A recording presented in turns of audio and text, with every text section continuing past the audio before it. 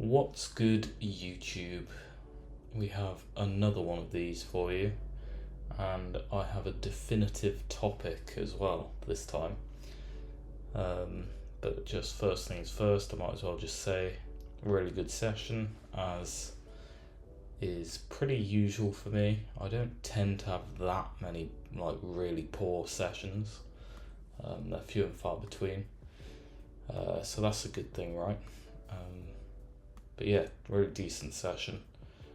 And yeah, we just keep on keeping on. Still loving my training at the moment. I mean, I always do, but yeah, really good stuff. So yeah, I wanted to talk about recovery, and recovery specifically for the natural lifter. I mean, it's talked about a lot, but there's a few elements that I think are sort of brushed over or not taken into account. And the biggest one is recovery is largely dictated by genetics. So your maximum recovery capacity is, very, very genetically dependent, especially as a natural. When you're not relying on, or you don't have the additional assistance of anabolics to aid in that recovery process, and you're relying entirely on your own systems, your genetics are the number one factor in determining what you can recover from. And as naturals, there is quite a wide variance here. So I've talked about how, generally speaking, the common theme I see for natural lifters is lower volumes work a lot better in most cases. People seem to respond a lot better when they just cut all the fluff and just strip all that away. And 3 to 4 days a week of training seems to be that sweet spot as well. But yeah, there is a lot more variance to this, and you cannot overlook the genetic component. So there are going to be outliers, and those outliers will tend to be a lot louder in the space than most other people, because they're going to be doing things that are maybe counterintuitive for some, or that just not a lot of other people are doing, or at least not a lot of natural people are doing. And they'll be promoting this as, you need to, your recovery capacity is a problem and it's trainable, which it can be to an extent. But what I'm saying is, essentially, they'll be promoting the idea that you're not doing enough and that you need to do more and more and more and more. You have to have the self-awareness, essentially, and self-knowledge about where your limits lie. And why is this important? It's because if you're in this for the long haul and you care about progress as well, what this will do is this will give you that longevity. We want to be training for our entire life, right? So being aware of your own individual recovery capacity is going to give you that longevity, because you won't overshoot. And I've forgotten the other thing I said, to be honest. The self-awareness will give you the longevity.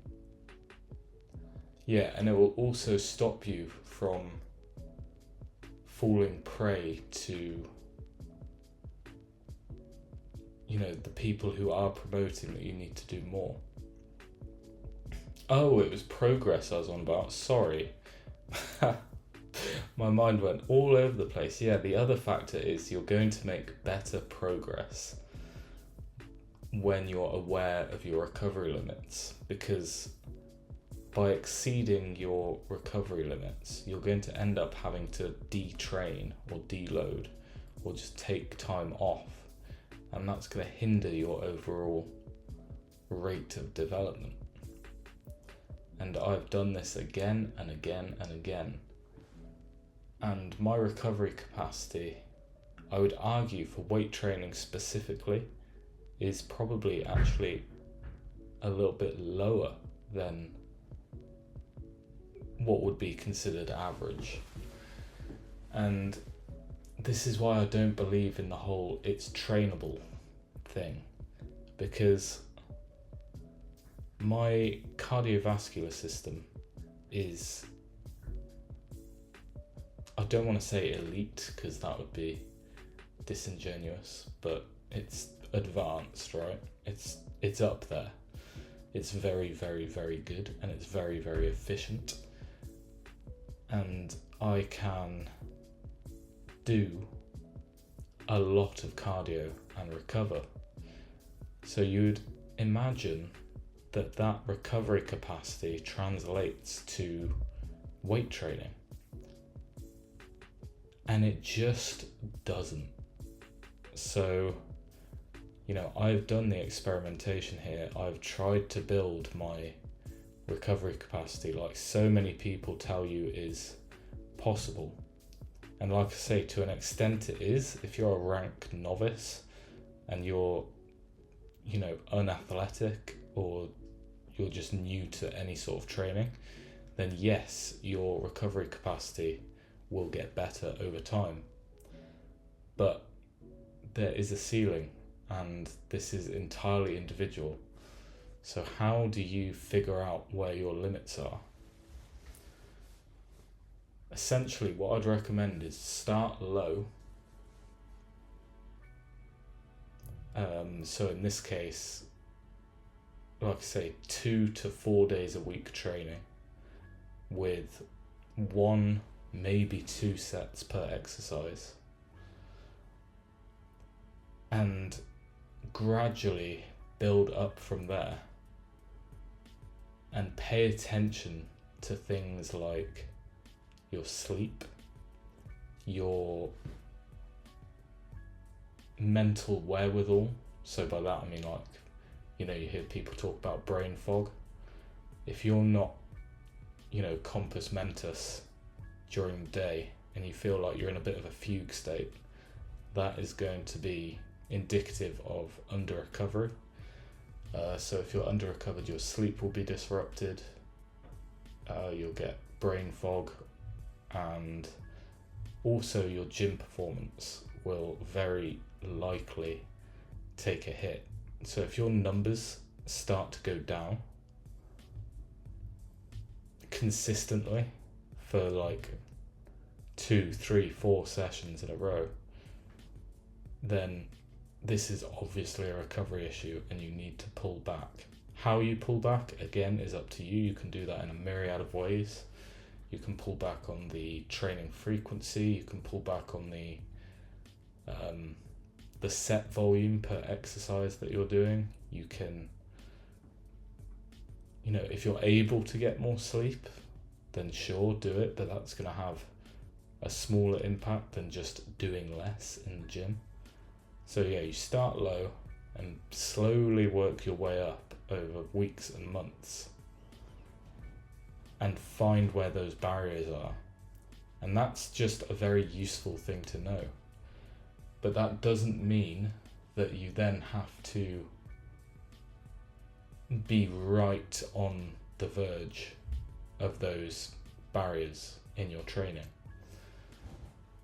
So I can get away with, just using myself as an example, I can get away with doing, 15 to 20 sets per muscle per week for a very short period of time, for 3 to 6 weeks. That doesn't mean that is